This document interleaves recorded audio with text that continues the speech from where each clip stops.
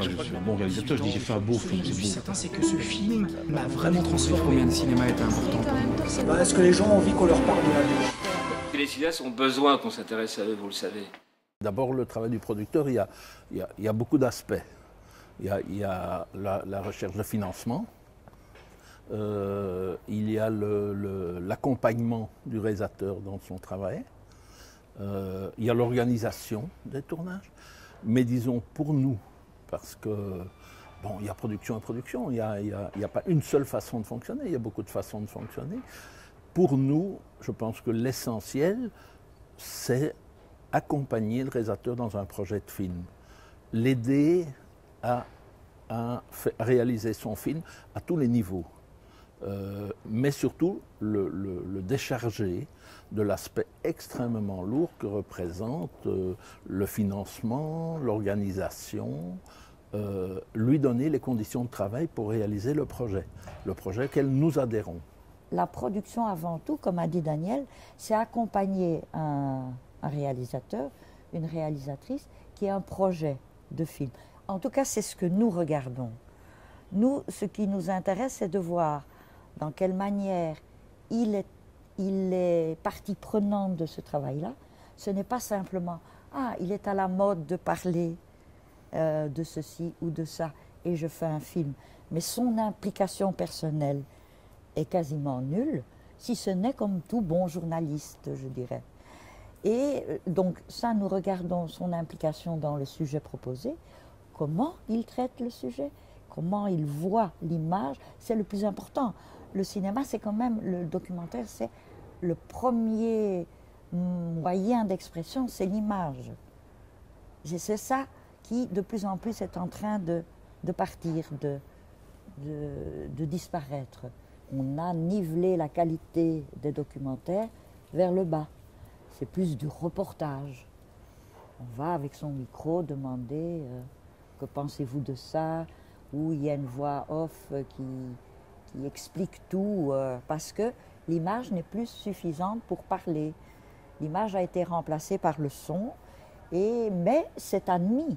Les télés admettent ce genre de documentaire, entre guillemets, et ce genre de documentaire est de plus en plus demandé. Et comme nous avons le tort d'avoir lié le documentaire à la télévision, nous sommes piégés. Pour nous, c'est le réalisateur qui est le point de départ du film.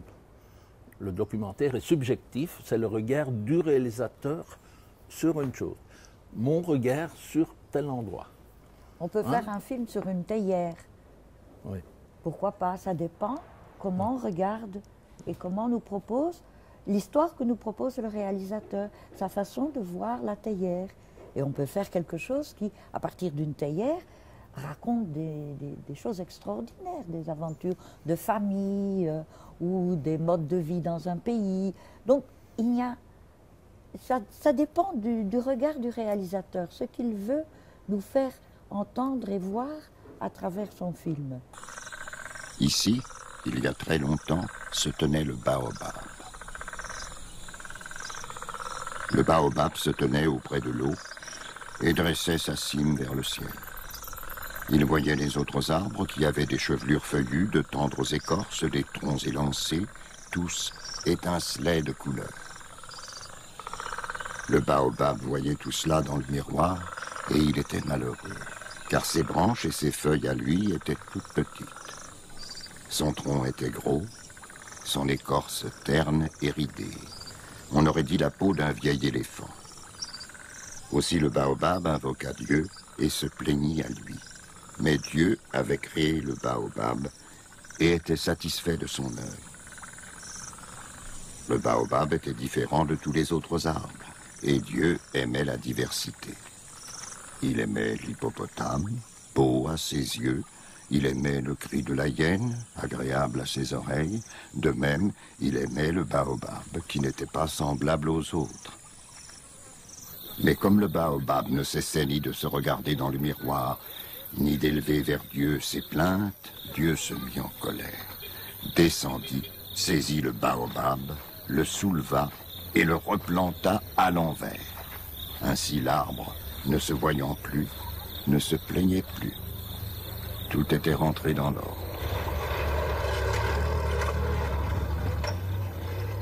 L'argent d'une télévision, ce n'est pas la même chose que de l'argent public. Ce n'est pas de la même chose que du tax shelter ou du sponsoring. Toute source de financement influence très très fort le contenu. Parce que chacun a ses contraintes. Elles influencent le temps de tournage, ce qui est très important pour un documentaire. Elles influencent là où on peut dépenser l'argent, l'endroit où on peut le dépenser, ce qui est aussi, et la façon dont on peut le dépenser. Je ne peux pas, par exemple, consacrer entièrement mon argent à donner à un réalisateur qui part pendant 1 an sur une île déserte. On va me dire, ah mais vous n'avez pas payé telle industrie, vous n'avez pas loué là, vous n'avez pas fait ceci. Donc, le mode de financement est beaucoup plus sournois qu'on ne le pense. Quand je vois un film, je me demande, comment ce film a été financé? Et je sais déjà, selon le financement, les pièges qu'il va y avoir pour le réalisateur. Ce qui ne veut pas dire qu'on ne peut pas les éviter, hein, parce qu'on les évite. Mais ce n'est pas évident. L'État reste la meilleure solution, parce que les aides d'État permettent quand même une beaucoup plus grande liberté, dans la mesure où il y a une commission, bonne, mauvaise, comme toutes les commissions, comme toute la démocratie, mais qui permet la plus grande liberté, avec des contraintes aussi de ne pas tourner avant que tous les budgets soient bouclés, de dépenser l'argent en Belgique alors qu'on a un projet au Japon et des choses comme ça. Voilà. Donc, tous les systèmes ont leurs avantages et inconvénients, mais ils ne sont jamais neutres. Ça, c'est très important de savoir. Ce n'est jamais neutre. Les projets sont souvent très profondément liés à la personne qui le réalise, soit par son histoire, soit par sa façon de vivre, soit indirectement, ce n'est pas toujours perceptible, mais en général, il y a un lien fort. Et c'est ce que nous aimons, puisque nous, c'est l'univers du réalisateur qui nous intéresse, son univers cinéma qui nous intéresse. Donc, on parle de la personne. C'est pour ça que ça ne sert à rien de nous envoyer des projets par Internet, on ne va pas les lire. On doit rencontrer la personne. Luciur vengut, dis un parque, acamparastas fetos. Pensarás de causi, las que l'ussurge de la lano s'arabe atasma. Daisolas mas pulido, puis que la beutad dis aqueles lloc te servira de res. C'est un tropel contomai de 200 bestios, causis ne sent e nau.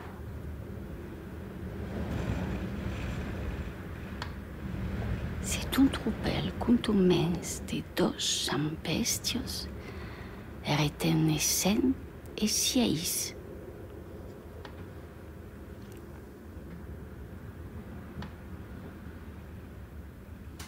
Penjaràs a cadune de tas oellos une sonaille.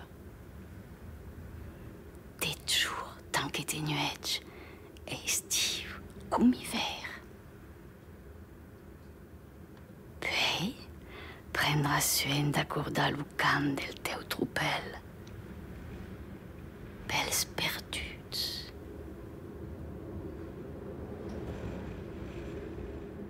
La grande crainte, on veut voir le film terminé. On veut le voir terminé sur papier. Et quand on arrive au tournage, je ne comprends pas très souvent comment le réalisateur a encore l'énergie de faire son film.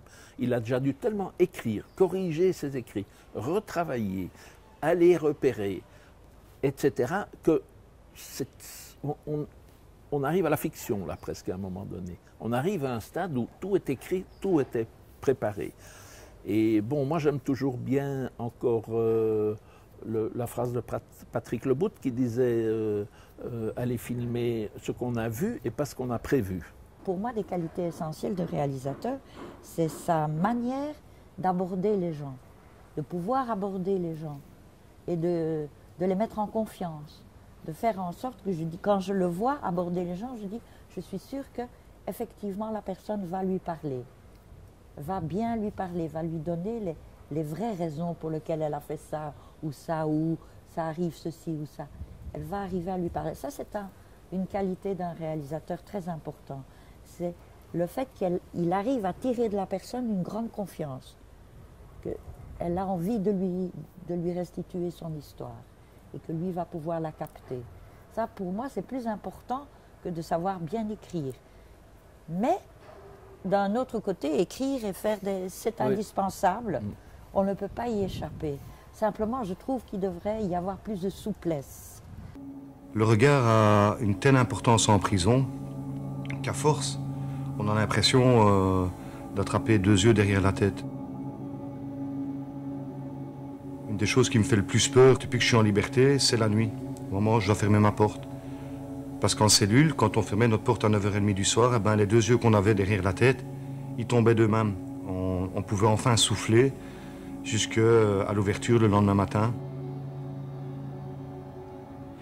Moi, quand je suis sorti de prison, pendant tout un temps, j'ai continué à avoir ces deux yeux derrière la tête.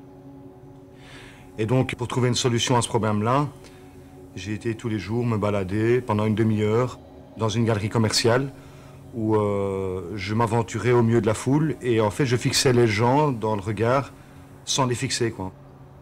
Et je pense que à force de faire cet exercice-là pendant quelques mois, ça m'a permis de changer mon regard, d'avoir un regard moins carcéral, un regard un peu plus doux, on va dire. On doit se battre pour le documentaire en salle. Pour l'instant, il y a les deux tendances. On voit beaucoup plus de documentaires en salle qu'avant.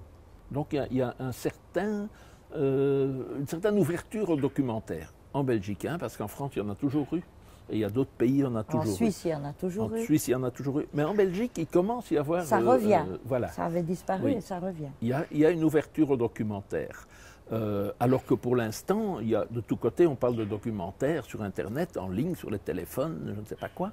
Moi, évidemment, je veux voir un documentaire, c'est quelque chose que je veux voir sur un grand écran et partager avec un public. Le problème, c'est le financement. Parce que l'aboutissement d'un film sur grand écran, et on en a plusieurs ces temps-ci qui terminent sur écran, c'est du pur bonheur. Mais par contre, l'écran ne génère pas 1 euro. L'écran ne génère presque aucun argent. Donc c'est un problème, ça. Retourner dans les salles à voir du documentaire, pour moi, c'est aussi une manière de réapprendre à utiliser l'œil et la réflexion par rapport aux images proposées. Et je pense que ça, c'est très important. Mais ça, on a détruit tout ça. On a détruit la vision des films en salle. Donc, il y a tout un effort à refaire. Il y a toute une politique à mettre en place pour que les films arrivent de nouveau sur les écrans des salles. Il y a des gens qui se lancent à mettre des documentaires en salle. Certaines salles le font. Il y a une volonté qui redémarre à remontrer des images. Et ça, je trouve que c'est très important. Mais ce n'est pas seulement pour la défense du documentaire. C'est pour moi, pour une défense qui va beaucoup plus loin. C'est apprendre à lire les images. C'est joli. Oui, on dirait une armée de trognons. Pourquoi il a fait ça? C'est de l'art, je crois.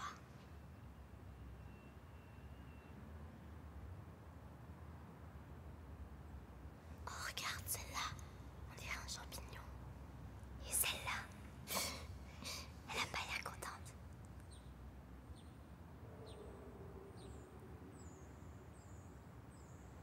Son étang, là. Il est beau, mon trognon. Plus beau que le tien.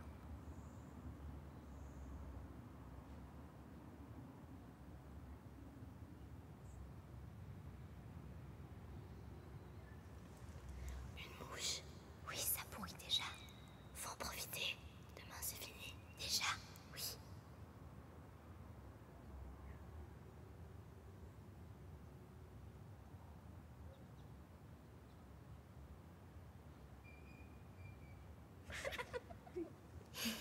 Attention, si tu ris, la farine va s'envoler. Tu crois que c'est bon, la farine? Goûte. Non, tu vas tout casser.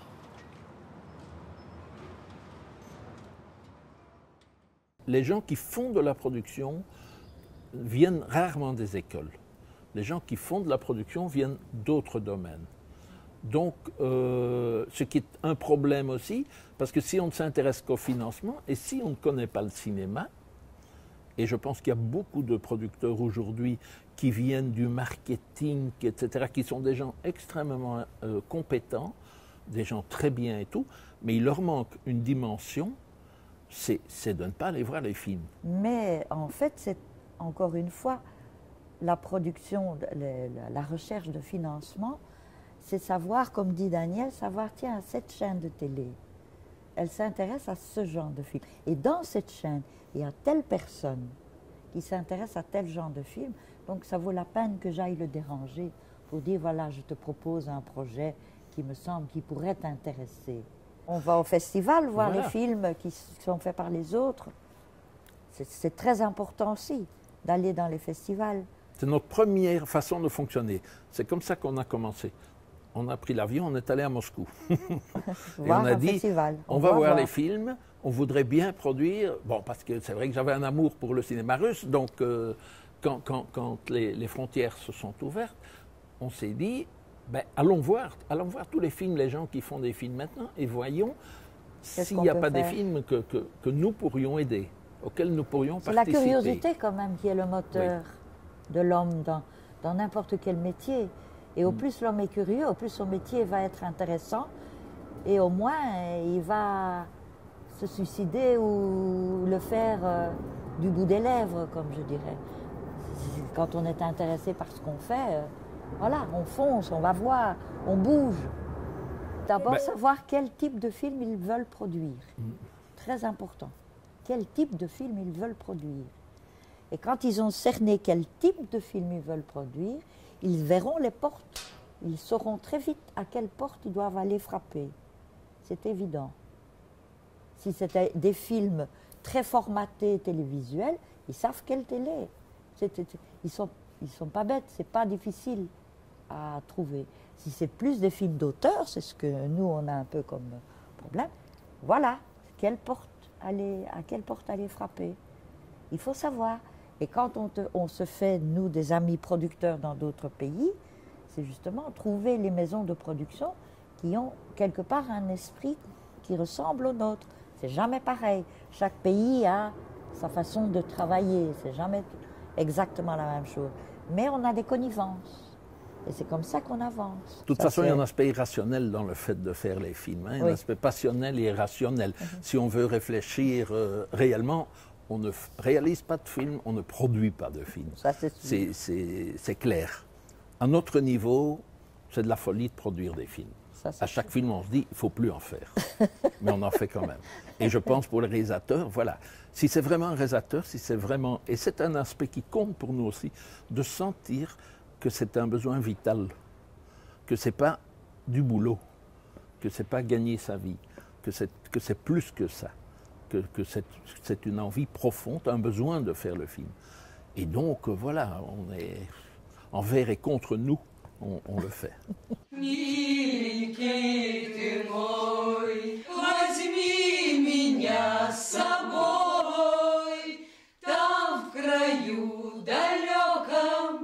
Назовешь ты меня сестрой, там в краю далеком назовешь ты меня сестрой.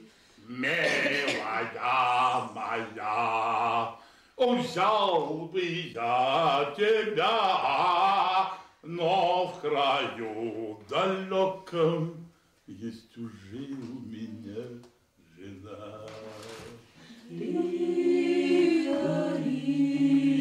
Гори моя лучина,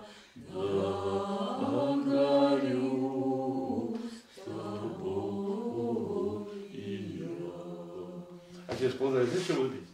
Я без маменьки расту, на грудях да в горюшке. Иди, говорят, ступай, говорят, и гуляй, говорят, по свету.